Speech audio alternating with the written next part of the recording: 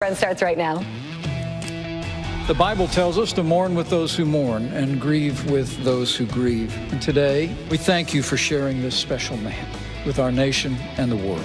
The Dow surging 287 points after President Trump announced a trade truce with China. President Trump, he's keeping up the pressure by tweeting, "We'll close the entire southern border if necessary." The people from Tijuana are frustrated. These guys didn't cross legally into Mexico. They tore down our border and jumped, and they started this caravan. Theresa May is going to make this big speech today to try and rally support for the Brexit deal. This deal that Theresa May has negotiated is, in my opinion, the worst deal in history. This holiday season, let us embrace every one of our tomorrows with hope and love.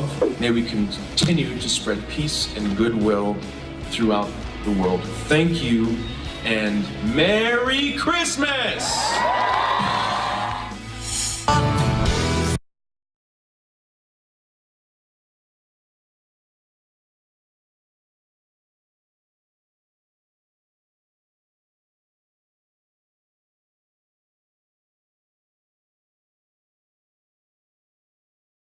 Welcome aboard, folks, to the Tuesday Fox and Friends. That's right. Good morning to you. Yeah, the president and the first lady, they showed up unannounced for a brief visit. They wanted to pay their respects to the former president. And the crowds were amazing yesterday. And with the president showing up, bit of a surprise, although he did indicate in a tweet that he'd be looking forward to seeing the Bushes at some point. Also find it interesting, too, that it was made clear to the Trump family that there'll be, no matter what takes place during the eulogy and the ceremony, there'll be no shots at anybody, no political shots at anyone. So it's going to be a safe zone in the cathedral. Well, in fact, according to the Washington Post, apparently the Bush family contacted the White House in the summer and said essentially that it would not become an anti-Trump-a-thon. We did see some anti-Trump sentiments at the funeral of John McCain recently. No toxic politics. The family was emphatic. And now we know the president will be in attendance. You know, it's kind of good, too. I think when Brett Kavanaugh was nominated and he had the trouble that we all chronicled, Brett Kavanaugh is so close with the Bushes, and Trump doubled down on his support, and together they combined forces and contacts to push him over the finish line. That could have created a bit of a bond. It maybe broke the ice, perhaps. Perhaps. Doug McKelway is live down in Washington as our nation does honor Bush 41. Good morning, Doug. Good morning to all of you. The Capitol Rotunda remained open all night long for visitors, with the casket sitting atop the Lincoln catafalque, first used at the funeral for Abraham Lincoln in 1865. Among the late night and unexpected visitors, President Trump and First Lady Melania. The building largely empty when they arrived. The president saluted. Melania held her hand over her heart. The two bowed their head in prayer. No words spoken at all. They were back at the White House in a half an hour. Earlier, leaders from both the House and the Senate spoke. Here's Mitch McConnell. Today, this hero has returned to the Capitol a final time. He kept us flying high and challenged us to fly higher still. And he did it with modesty and kindness. And Vice President Pence told a really touching story about his own son, who was a naval aviator and who made his first landing aboard the carrier, George Bush. He took a picture of himself on the carrier, sent it to the Bush family with the hopes that the president would sign it. Was told the president no longer does that kind of thing. But sure enough, back came the picture to Pence with the president's signature and the notation, the acronym CAVU. Pilots speak for ceiling and visibility unlimited, a true metaphor for Bush's life. The body will lie in state in the Capitol Rotunda through 10 a.m. tomorrow. Then will be moved to the National Cathedral for the state funeral. Back to Houston late tomorrow afternoon, where Bush will lie in repose at St. Martin's Episcopal Church Thursday before burial in a private ceremony at the George H.W. Bush Library in College Station. Back to you in New York. All right. And Doug, if anybody's up and about in Washington, D.C. right now, they can just walk into the rotunda and look, can't they? They can. Got to go through a metal detector first, but yes, you're welcome to do that. All right. Thank you, Doug. The catafalque, which is that platform, the wooden platform that the coffin is on, that was the actual platform that was used. Right there, you see it. That's the actual platform that was used to support the casket of Abe Lincoln back in 1865 when his body lay in state. It was used for President Bush's flag-draped coffin as well, as you can see. It's the base of that the coffin is sitting on that's draped in a black drape. It is kept historically in the basement of the Capitol. It is a simple pine frame. It is covered with black cloth. You know, the guidelines for state funerals date back to the mid-1800s. For instance, on that catafalque that you were just talking about, Ainsley, that's where John F. Kennedy's body was, his casket also in repose there in the rotunda. George Herbert Walker Bush is the 12th president in history to lie in state in the U.S. Capitol. And I just know with President Bush, former Canadian Prime Minister Mulroney, Alan Simpson, John Meacham, President Bush, I know, had to be pre-thinking about this speech because sadly, he knows his dad, the eulogies, but sadly because we know that his dad was struggling so much towards the end.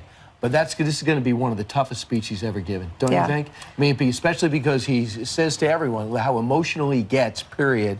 And his dad got very emotional, too. So now he's got to go up there as a former president, eulogize a former president who happens to be his dad while the world watches. Right, right. Has other siblings, but he was the last one to talk to his dad. And his dad's last words were to him, I love you. And they did share the Oval Office. They did indeed. And if you looked at those images as the family arrived a little before 6 p.m. last night that we covered live here, you could see that the Bush family, in particular George W. Bush, looked exhausted with grief. Politics on hold for now. For a couple of weeks, we'll have a short-term spending for the government to continue to be funded for the next couple of weeks, just because of what's going on in Capitol, and to put politics to the side. You can't do that if you can't fund the government. But the president's making it clear: I need $5 billion for the wall. Get it to me, or else there's going to be trouble. I am not giving in here. Give me the $5 billion. Yeah, the Democrats said I'll give $1.6 billion. Right. Yeah, they can't agree on a term. And meanwhile, you have these government agencies that need funding because they run out of money on Friday at midnight. So the president says he would agree to sign a 2-week extension of the current spending so that our country can mourn the loss of President Bush. He tweeted this out: we would save billions of dollars if Democrats would give us the votes to build the wall. Either way, people will not be allowed into our country illegally. We will close the entire southern border if necessary. Also, stop the drugs. Now, here's the thing. Republicans, they talk to reporters. They don't see any way they're going to wind up with a grand bargain in the next 2 weeks. It's just not going to happen. So what the Republicans are trying to do is they're trying to figure a way that President Trump can wind up with a win. And what they would consider a win would be something between $1.6 billion, which Chuck Schumer has said, yeah, it's a good number, and the $5 billion, which the House has come up with. So if they can get more than that, the president will conclude it's a win and sign it. Well, remember when the president was running for office and he said that people were asking him, how much do you need to fund the wall? And it was in the $20 billion. $25 billion.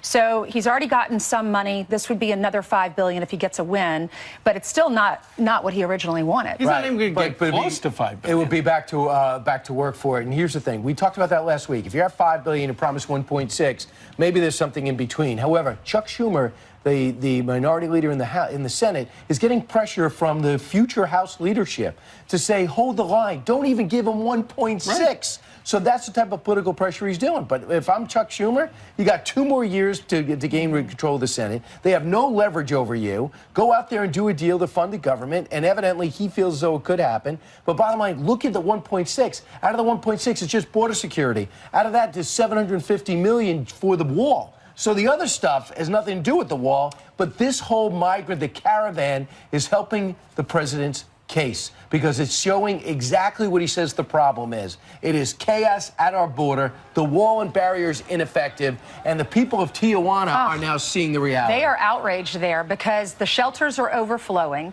and so then people had to spend the night at the sports complex, and that was littered with trash, and there was a lot of mud there because of the rain. So then they moved them to a different shelter about 10 miles away. There's a delegate down there. We've heard from several officials down there, from several residents down there that our reporters have interviewed, that have said they're really upset about this, that they can't handle the loads of people, and their tax dollars are being used to help these individuals that are trying to get into the U.S. and they're waiting for their asylum confirmations. So there's a delegate down there. His name is Genaro Lopez Moreno, and this is what he says. He's frustrated.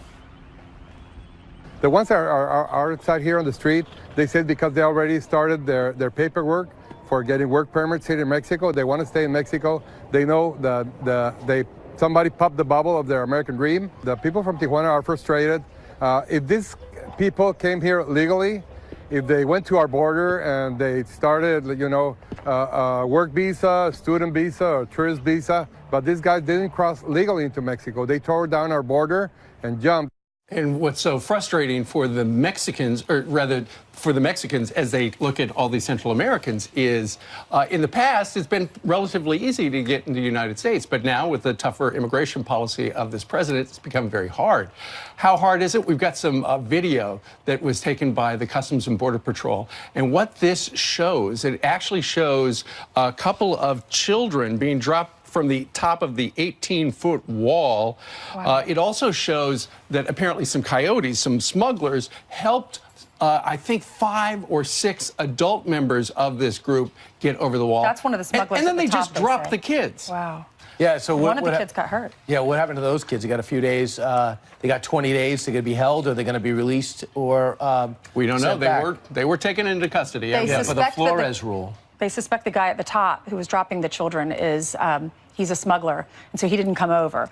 But it looks like adults were down on the ground trying to catch the children. One of them had a facial injury because of the fall. I mean, it's 18 feet. I know it. Plus, the Border Patrol has arrested another MS-13 gang member. He was in the Yuma sector. The Border Patrol picked him up. So for those people who think that Trump is trumping up this situation, more and more evidence that he's on the money. Well, it certainly continues to be a problem, and we've got it covered. In the meantime, 6:11 here in New York City, and Carly joins us once again today with a Fox News alert. Hey, that's right. That's where we begin with a Fox News alert. The U.S. is urging Europe to slap new sanctions on Iran. The Trump administration condemning the country's latest ballistic missile test over the weekend. The missiles capable of carrying nuclear warheads is a violation of UN resolutions. Secretary of State Mike Pompeo plans to address the matter when he meets with NATO allies in Brussels today. The head of the CIA is heading to Capitol Hill today. Gina Haspel will brief a small number of senators on the death of Saudi journalist Jamal Khashoggi. She's expected to discuss Saudi Arabia's role in the October murder at the Saudi Assembly in Turkey. Officials on both sides of the aisle were concerned about Haspel's absence from a session with Secretaries Pompeo and Mattis last week. And a family mourns the death of an Army sergeant killed in the deadliest attack in Afghanistan this year. Jason McClary dying from his injuries after a roadside bombing. His wife posting these photos on Facebook, writing, "You will always be in my heart, and our sons will know that Daddy was a hero and that you loved them so much. Rest with God, my beautiful husband. I will see you soon." McClary received 2 Purple Hearts in the Army. His aunt says it was in his blood to be a soldier. 2 special ops troops and another Army sergeant also killed in that Taliban attack. And the 2018 World Series champs are heading to the White House. The Boston Red Sox officially accepting the invitation to celebrate their victory with President Trump. The team's manager will also attend despite his criticism of the president.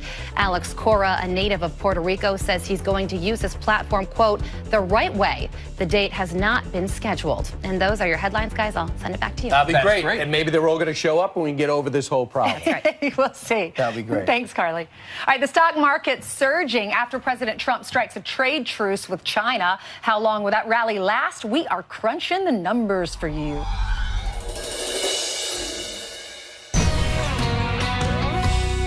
All right, markets rose sharply Monday in reaction to the trade truce worked out over the weekend in a 2.5-hour meeting with Chinese President Xi Jinping. Yeah, that's true. That's true, too.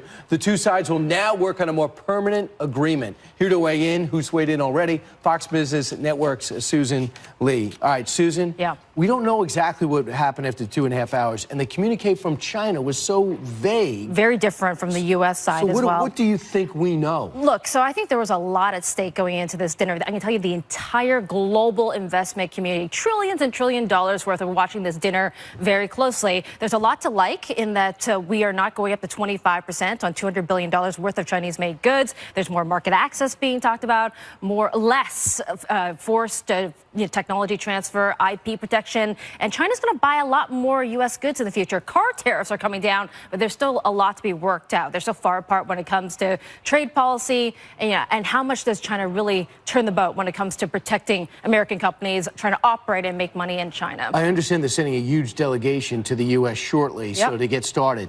The main thing that I hear from business leaders who you interact with regularly is the whole intellectual property and the deals they have to cut and what they have to sacrifice in order to get access to the Chinese market. Are the Chinese, do we have enough leverage yet to get them to give in on that? And it's hard to verify because we've been here before. Previous administrations have tried to talk to Chinese leadership to turn this boat around, and it's hard to basically judge whether or not China is fulfilling their promises. But, we had Steve Ballmer recently of Microsoft who says that in China, 90% of companies operates on Windows.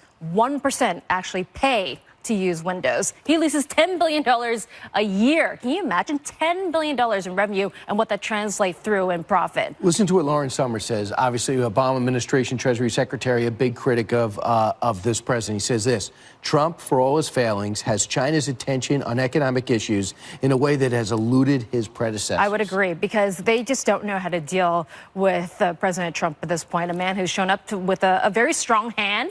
In fact, he just delegated Lighthizer, who's seen as a trade hawk, who's going to be tougher on China-U.S. trade, leading the negotiations in the future. Does that have anything to do with the fact that the futures are down today? I think people are still sifting through the agreement. I mean, what exactly can China adhere to? What is tradable and investable at this point? Because there's a lot of promises to do more. We have 90 days to figure it all out. 90 days that could be extended, by the way. But still, a lot of people are trying to figure out what exactly can China keep its promises to. So just let the record show that you came out here, Susan, with 3 pages of notes, didn't even look at them. I didn't even look at them. Right. Is that impressive? It's very impressive, especially in the morning.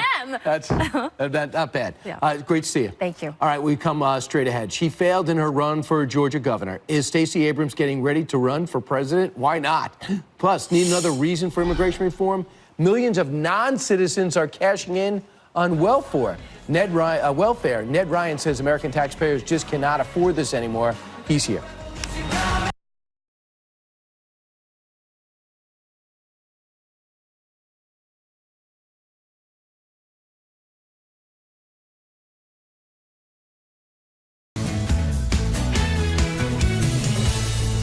We have some quick headlines for you. Rumored 2020 presidential candidate Michael Bloomberg is heading to Iowa today. The former New York City mayor will host a panel on climate change there. Iowa is home to the first contest of the presidential primaries. As you know, it's an important state. Bloomberg says that he's going to decide whether or not he's going to run by February. And the failed Georgia gubernatorial candidate, Stacey Abrams, she's not ruling out a presidential run. She tells Politico that she's open to all options. And right now she's considering running for Senate in 2020 or taking another shot at winning the governor's seat in 2022. Steve, down to you. Thanks, Ainsley.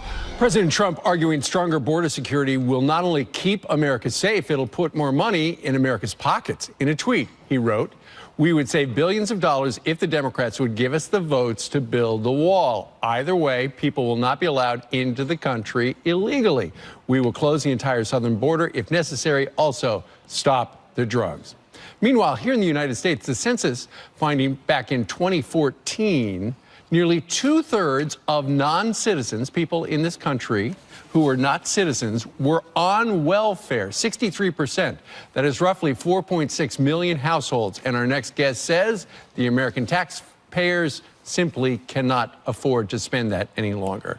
Republican strategist and fellow Jayhawk, Ned Ryan, joins us live right now. Ned, when you look at that number, 63% of non-citizen households on welfare, what do you think? Well, it's pretty staggering when you look at non-citizens that have been here for 10 years or more. It goes up to 70% that are on some form of welfare. So it doesn't get better the longer they're in this country, and about half of those non-citizens are here illegally. And what Trump was referring to is a figure that all of us have seen. I think $116 billion a year is what it costs the American taxpayers when you throw in all the costs for the illegals, immigration, hospital, welfare programs. I've seen estimates up to $134 billion as well. And so it's time for us to actually take a hard look. What are we actually doing about this? And Steve, we've gotten to this point because of an unholy alliance between Democrats and Republicans. Democrats for political gain, Republicans for business gain. And I've been making the argument. I actually wrote a piece yesterday for Fox News talking about this whole situation. People are talking about we have to keep accepting these immigrants coming to our southern border for humanity's sake, for moral reasons. Well, what about the humanity's sake of the American taxpayer? What about the humanity's sake of my children and my children's children? Because when we think about the economic future of what we're looking at, it gets pretty grim. And the question that people aren't asking, and I think they need to start asking, is if we continue to bring in a lot of low-skilled and unskilled laborers, a lot of whom are coming illegally, what happens when mass automation hits and all of those unskilled or low-skilled laborers get thrown out of work? You're either going to have violence and rioting in the streets, or we're going to have to put them on our social welfare systems, which are already failing. And the only way those get funded is that we get to pay even greater taxes, life-crushing, draconian taxes, to fund those social welfare programs. Well, the big Democrats and Republicans, I agree with you, because this is a political problem. If you don't like that number, change the law. I think part of the problem is I don't think a lot of the American people have focused on the numbers. They haven't really looked and seen the staggering cost that this costs us every year. And people are saying, well, the wall will cost us anywhere from 23 to 25 billion. And I'm saying, well, we're spending 116 to 130 billion a year already on the illegal immigration that is already taking place. I think it's time for us to take a really hard stance. I totally agree with President Trump talking about shutting down the southern border. I would also argue he should shut down government, because then we can have a conversation about what size government do we really want. And people have to understand, when we talk about government shutdown, government really doesn't shut down. We just send home the non-essentials, of which there are about 800,000 federal government employees that are considered non-essential. Let's have that conversation. Why do we have 2 million government employees? The Bible tells us to mourn with those who mourn. Why do we have over 430 departments, agencies, and sub-agencies in our federal government? But you know, Ned, that the Republicans up on Capitol Hill, they're going, if we have a shutdown, we're going to get blamed. You know what? In the last shutdown, Republicans, for one of the first times, actually were well prepared on the messaging front. I think if they prepare the messaging and prepare to go on the offensive on the messaging and really take this argument to the American people, we have to have this conversation now, or we are looking, not in the distant future, 10 or 15 years from now, a very grim economic future. But, Ned, you know there are a lot of Republicans in Washington, D.C., who kind of like it the way it is. Of course they do. And you know why? This is the power of special interests. This is the power of money, and the money that's flowing to these people for their reelection campaigns. These donors, a lot of these that are in the corporate and the business world on the Republican side, they kind of like things the way they are. And people ask me, why do things take place in D.C. a certain way? And I always tell them, if things don't make sense and we are in defiance of common sense, follow the money. There you go. Always. Ned Ryan, thank you very much. Thank you. All right. Meanwhile, changing gears, the video is shocking a state trooper in the path of an out-of-control car. Oh, my goodness, while helping somebody on the side of the road. We're going to show you what happens next. We've still framed that. Plus, actor Chris Pratt sending a powerful message about faith and family for the holidays from Disneyland. The more we love our children, the more we will understand the capacity for our Father in heaven to love us.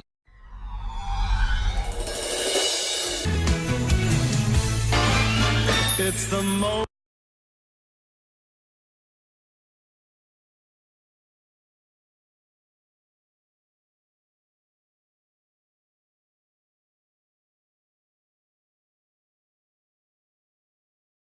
Capitol Hill tomorrow night, but because of the funeral week of George Herbert Walker Bush, they have put it off a couple of days.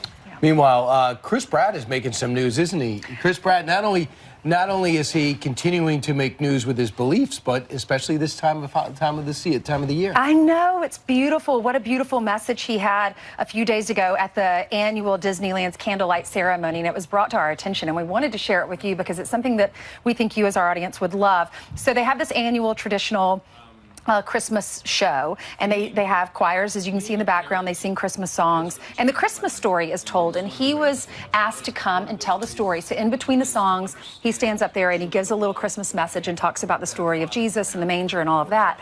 And for unto us a child is born. And he threw in some of his own little comments. Listen to this. These are some comments about his own child and comparing it to how much God loves us. For me, being a parent has really changed my life in so many ways. When I stare at this precious little creation of mine here, and I watch the ways in which he tries to please me, I just feel a love that is so pure and unending. The way we love our children, and the more we love our children, the more we will understand the capacity for our Father in heaven to love us.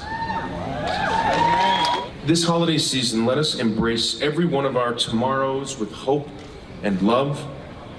And through this holiday spirit, may we continue to spread peace and goodwill throughout the world. Thank you, and Merry Christmas!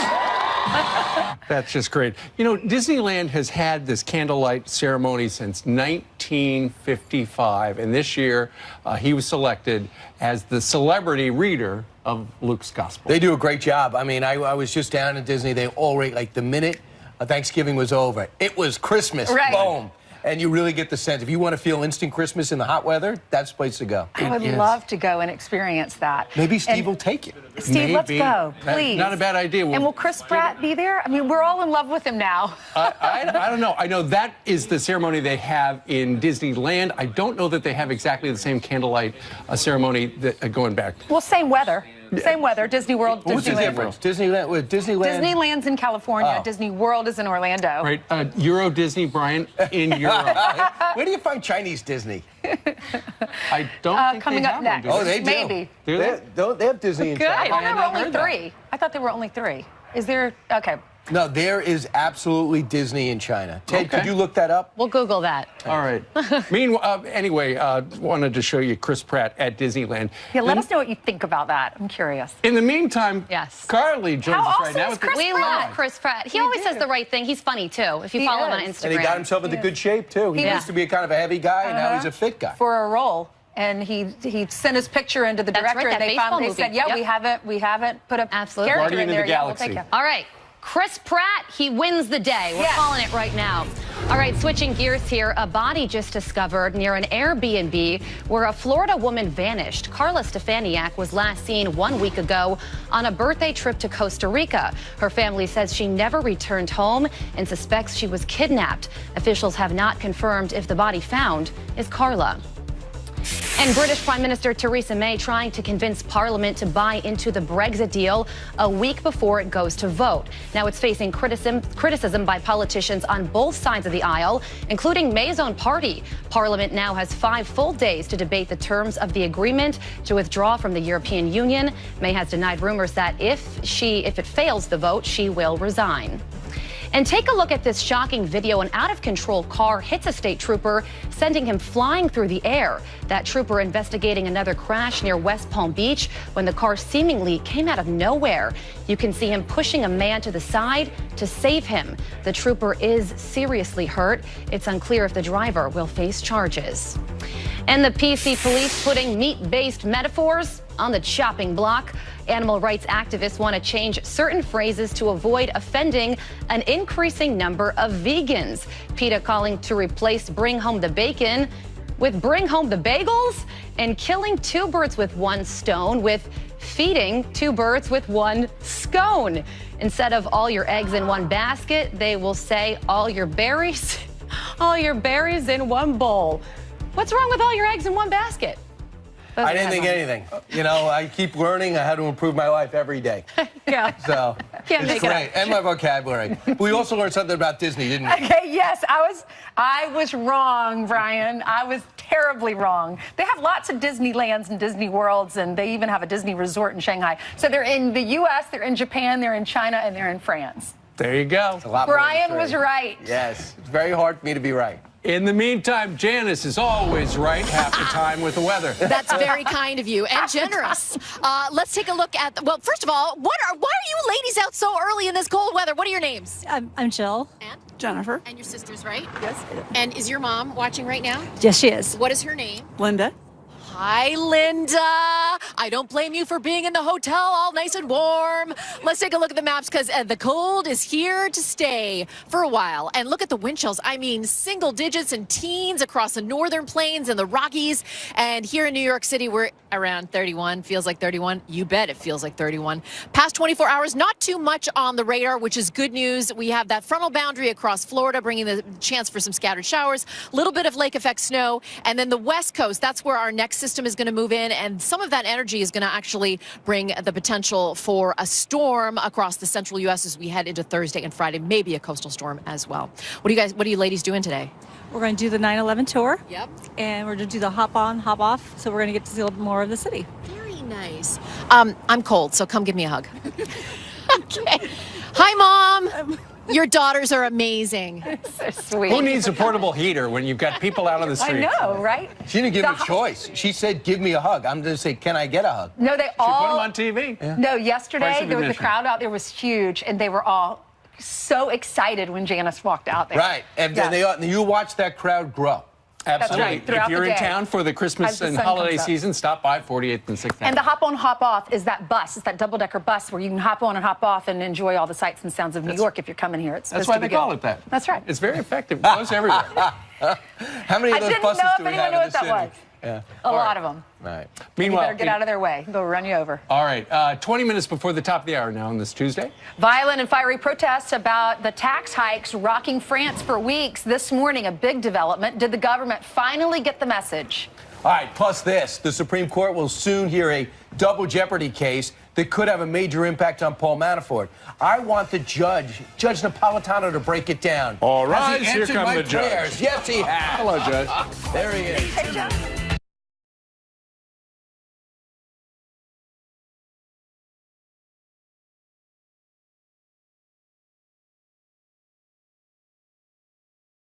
For his last journey. Special Air Mission 41 headed to Washington, D.C. after a departure ceremony in Houston, Texas, with the Bush family in attendance, which you've watched live here on Fox News. The former president's remains will lie in state at the Capitol Rotunda beginning this evening until a state funeral at the National Cathedral on Wednesday. President Trump has declared a national day of mourning on that day. This is Outnumbered. I'm Harris Faulkner. Here today, Melissa Francis, host of Kennedy on Fox Business Network, Kennedy herself. Fox News analyst, co-host of Benson and Harf on Fox News Radio, Marie Harf. And in the center seat, Matt Schlapp, chairman of the American Conservative Union and former White House political director for President George W. Bush. Wow, it is a heavy moment, but I hear so much joy from the family members and people who knew the former president. You were joyful as you sat down. It is a point of celebration for those of you who have known him and loved him. Well, when someone dies who's lived a big, great, full life, and when that person has the deep faith that George H.W. Bush had, when they die, the greatest gift they give us is we're not worried about where they're going.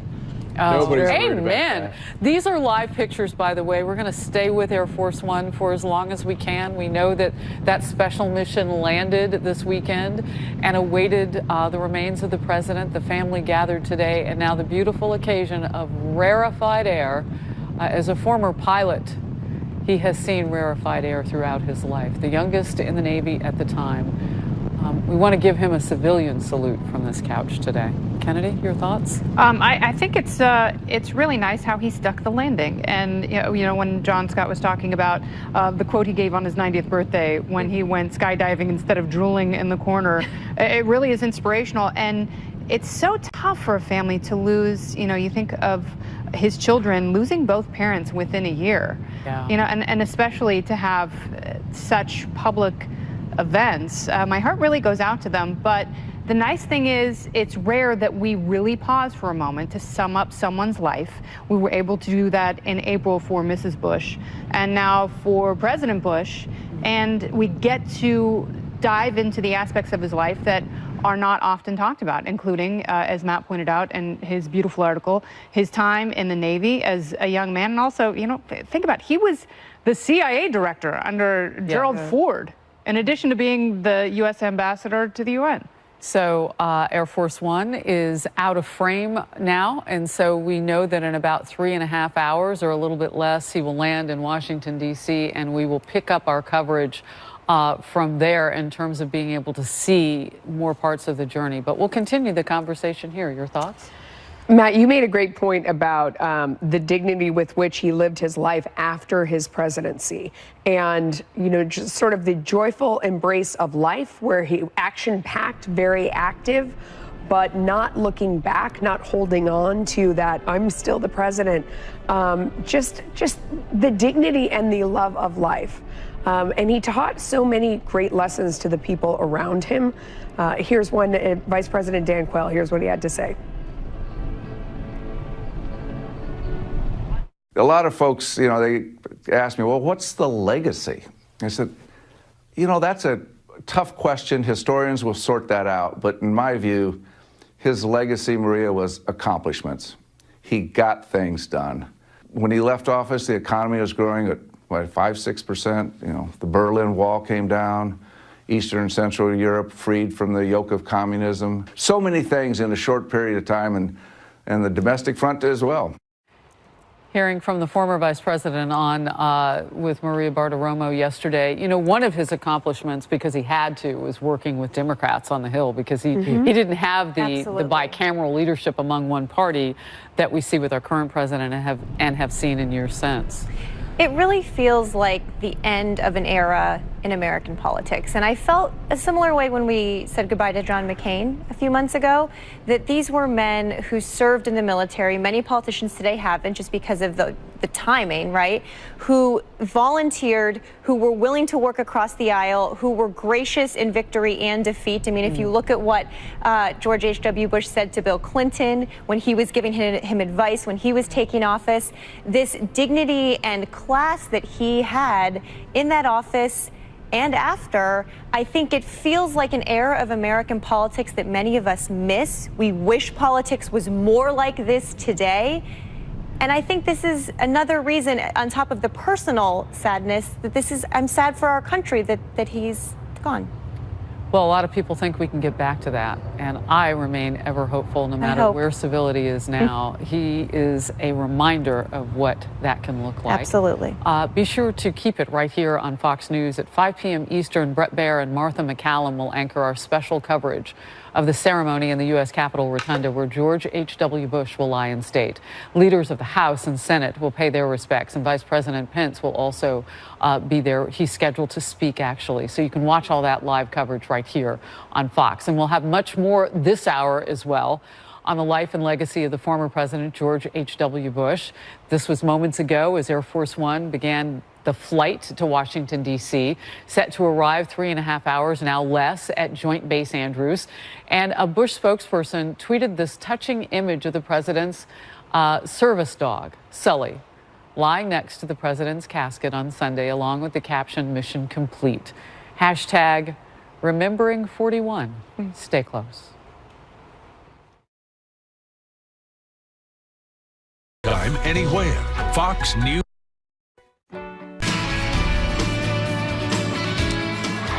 U.S. stocks surging today on news of a ceasefire in the trade war between the U.S. and China.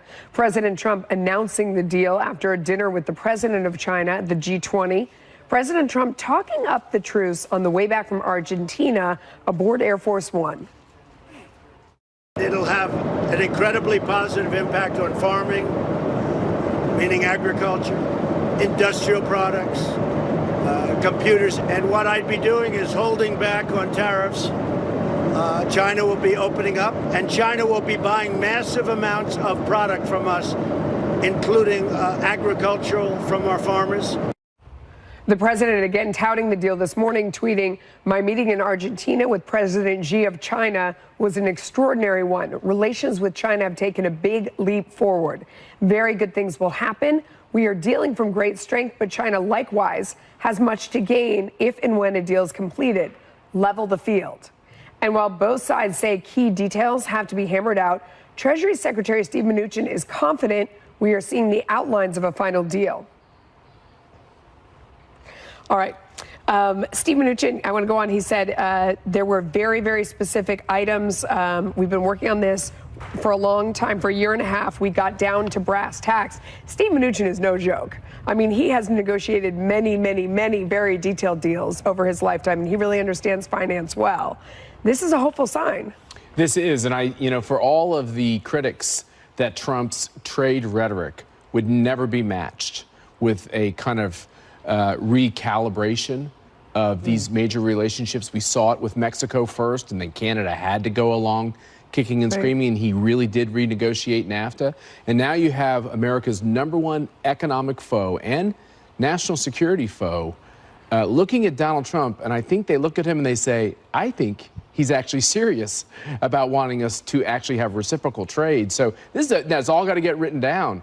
But these are massive steps. Steve Mnuchin makes it sound like a lot of it is already written down. I mean, they've already worked into the details, Harris. Well, and in fact, we heard just a little bit ago on Fox Business Network with Larry Kudlow, the National Senior Advisor of Economics, and he said that to that point, in the next 90 days, this 90-day ceasefire that we'll see, there are some things that are going to get done that are big. And they would only know that if they had already talked about these things. But I have a quick question for you, Marie. So Democrats have a choice to make here.